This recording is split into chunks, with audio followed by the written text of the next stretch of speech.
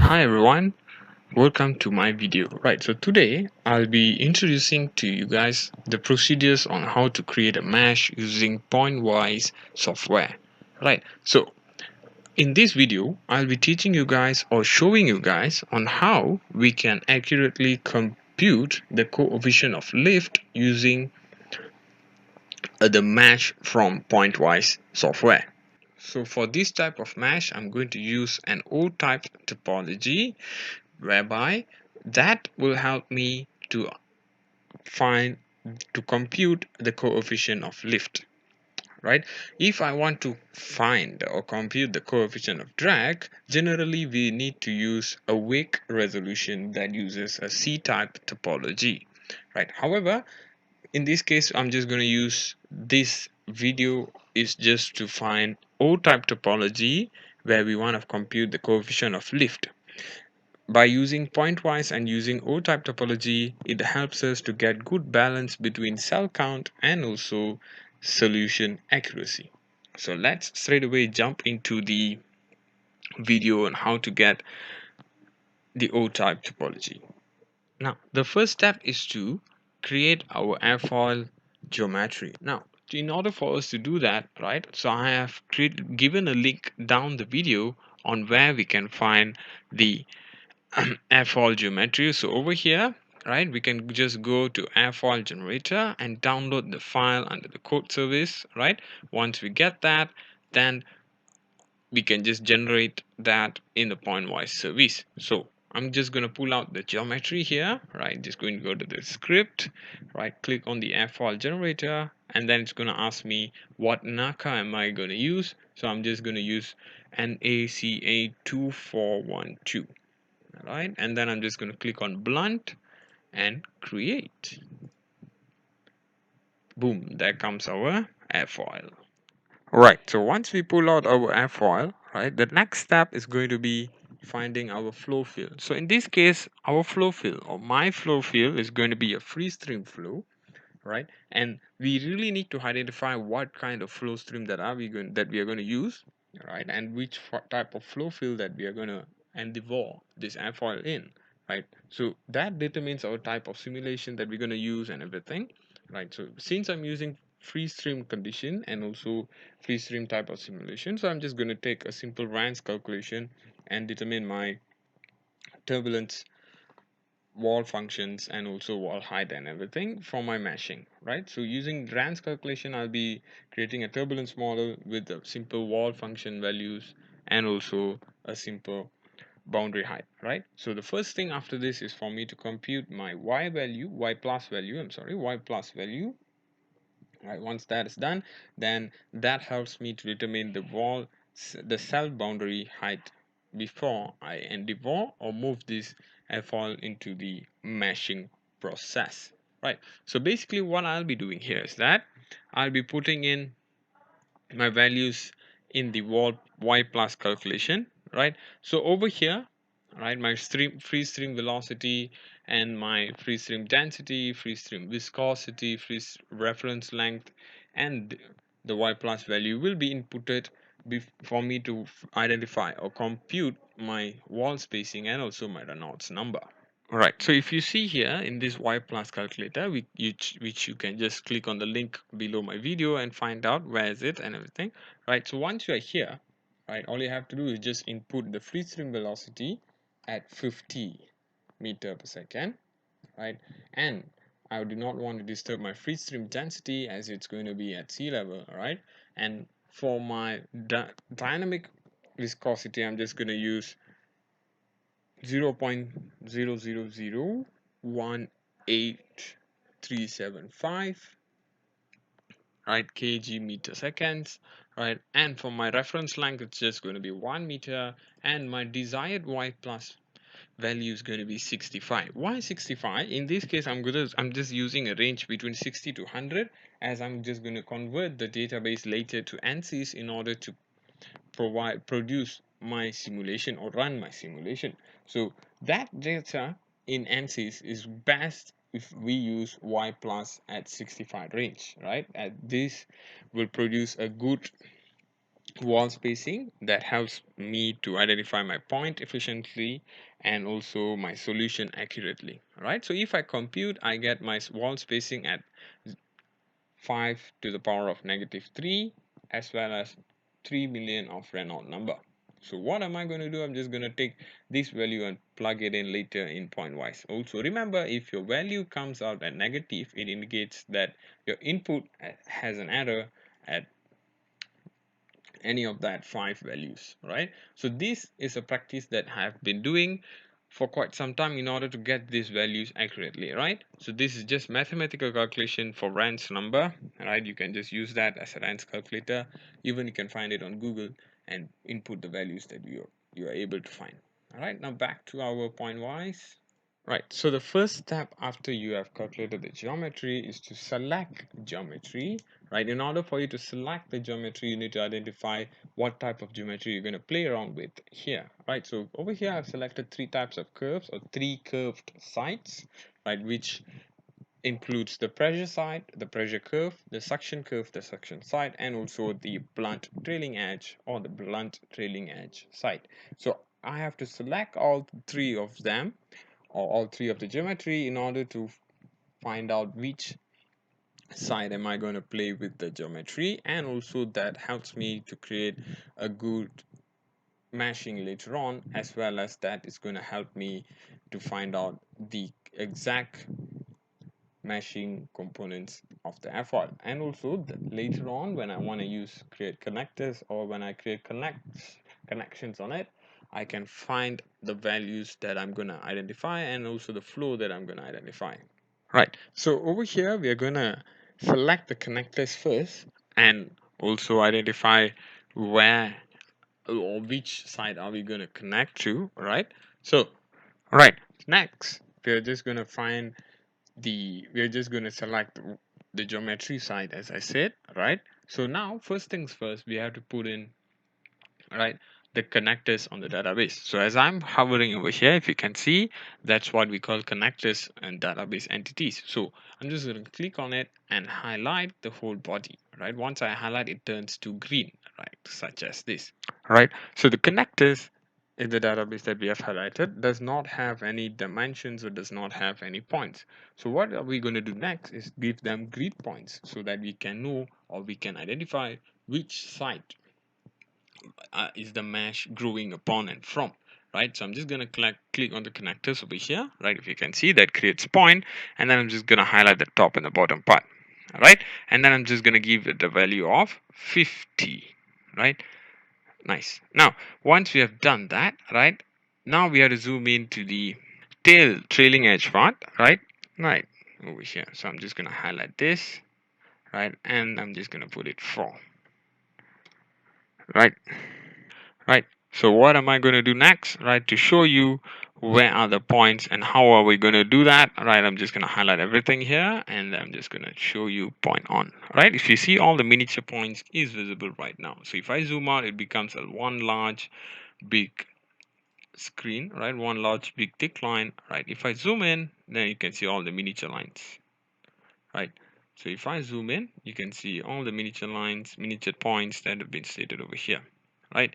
So I'm just going to zoom out. Right. So now if I zoom in, right, on the leading edge, right, you can see the points are not clearly the sitting exactly on the airfoil, right? So what am I going to do, right? This implies same towards the trailing edge as well, right? If I zoom in on that, right, that's what you're going to see, right? You see the points are not sitting exactly on the trailing edge. So what am I going to do? I'm just going to highlight this part, all right? Just going to highlight the front part, right, and I'm just going to go to the point constraint, right? I'm just going to input the value over here, right? I'm just going to click on that and highlight on the front part, right? And I'm just going to input 1 to the power of negative 3 spacing constraints. So what I just did is that I took the spacing constraints and highlighted on the front part and inputted the value of 1 to the power of negative 3. Same goes to the lead trailing edge that I inputted the same power, 1 to the power of negative 3, so that all my lines, all my points, right, is sitting exactly on the curve, right? It was not, it does not sit away, or it's not sitting or hovering over the airfoil. So now you see it's clear enough, right? Right. So right now you may have a question, why 0.01? Why not the other values, right? So this is because, right, this is because I have done experiments and I've done research on this. So if you see here, right, I have 1, 2, 3, 4 points over here on my trailing edge, and each of my trailing edge, right, has the spacing between each of them as same as the values that have been on the other side, right, each another side. So I want this to be equally spread it out so that when the meshing boundary moves out from this convex part, right, to the wax part, it moves out evenly, and I can generate very even amount of mesh, right? So that's the reason that I'm just using 1 to the power of -3 instead of other values. You may try other values depending on the NACA of your airfoil, right? And that may change according to the NACA that you are using, right? That's one reason that I'm using 1 to the power of -3. All right. Now, once all these steps for the pre-meshing procedures are done, right? So next step is to create the mesh, right? So what am I going to do here? I'm just going to highlight the whole thing, all right? Just highlighting the whole thing, and I'm just going to go to create, right? Move to extrude and click on normal. Right. Once I'm in normal, right, I can see all these values, assemble and everything, right? So I need to click identify what am I doing here, and I need to know what am I creating here. So over here we are just going to use number of edges as 1. Number of edges equals to 1. It means I'm just going to use single domain, right? If I click done, right, and that, boom, you can see the arrows coming in, right? So moving around to the attribute side, so I can play, I'm just going to use or play around step size, orientation. You can see step size, orientation, stop condition, extrusion method, space, shape constraints, smoothing parameters. So what am I going to play around here is the orientation and as well as stop condition. But however, I will also teach you on what is smoothing parameters and also the other details around here. So listen carefully. Right. So the first thing that we are going to do is that obviously is on the orientation, as now the arrows are pointing inwards, which we are not going to do the mashing inwards. We are going to play around the inwards the mashings on outwards basis, correct? So I'm just going to flip that so that becomes on the outward region, right? That's the first thing that we're going to do because we want to create a mesh that moves outwards. Right. So the next step will be playing around with the step size, right? So over here we're just going to input the value of wall spacing, right? That calculation we took from the y plus calculator, right? So just now it was 5e to the power of -3. I'm just going to input that, right? And then I'm just going to input, oh sorry, 5 to the power of -4. That's my bad, -4, right? And then I'm just going to use a growth rate of 1.2. So why am I using 1.2 is because, as I said, that for this type of calculation that involves wall function and also turbulent effect, right? So we are advised to use within the range of 1 to 1.3. Why am I using 1.2? It's not exactly in the middle, but that as a practice that I have been doing for this mashing type, right? And it helps me to create a better smooth mashing between the a balance of values that I've told you just now, which involves self count and also solution accuracy. Right. So the next thing that we're going to play around is with the smoothing parameters, and two things that I want to highlight here is Kinsey bath and also volume, right? Volume smoothing. Now Kinsey bath, right, is the main scope of it is to prevent crossing of grits, right, on the concavity of the element, right? So when you extrude, right, and you require your parts to be smoothened, right, and it does not have any grits that's crossing over, right, then you do not have to use this Kinsey path. Let's say if your airfoil has a bit of camber or maybe extreme level of camber, right, or mild level of camber, then you are required to do a play around with the Kinsey bath, right? A bit tuning on the values might help. All right.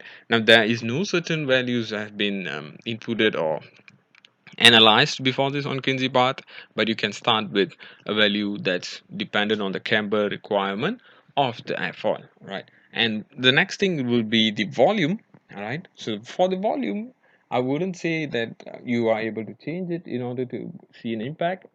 However, the change in volume will be very, very, very minute or precise, I would suggest, because the volume of smoothing parameters is to avoid the grid clusterings, right? So how it relaxes and also how it smoothens out the volume of element on the extrusion front, right? So how did I determine that? I just leave it on the default selection. Is when I play around with the volume, I just see a little bit of impact on it, and it does not change much on my meshing.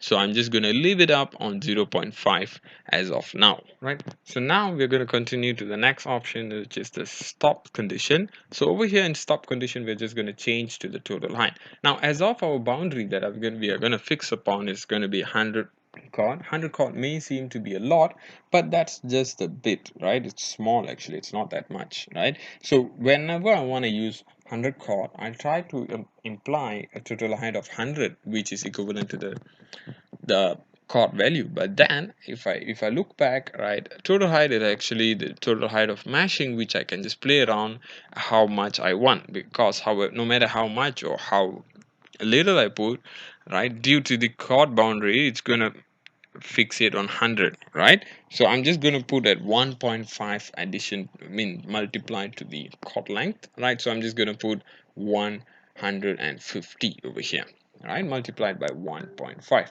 The next thing that we're going to do is go back to the run part, right? Go back to the run part, right? How many steps are we going to input here? We're just going to input once, all right, and then we're just going to do run, right? So if you see, if I put 1, that's how much I get. Now let's change to 100, right, and then I run it back, right?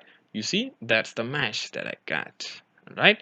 So now it says the exclusion has stopped on the level of 61, right? 101 cell has been met and everything in the condition. Do you want to delete the last step?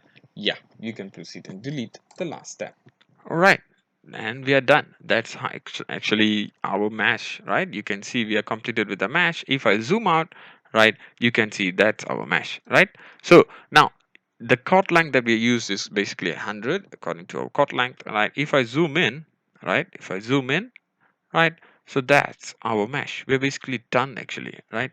So right, click OK and we are good, right? So that's our mesh, right?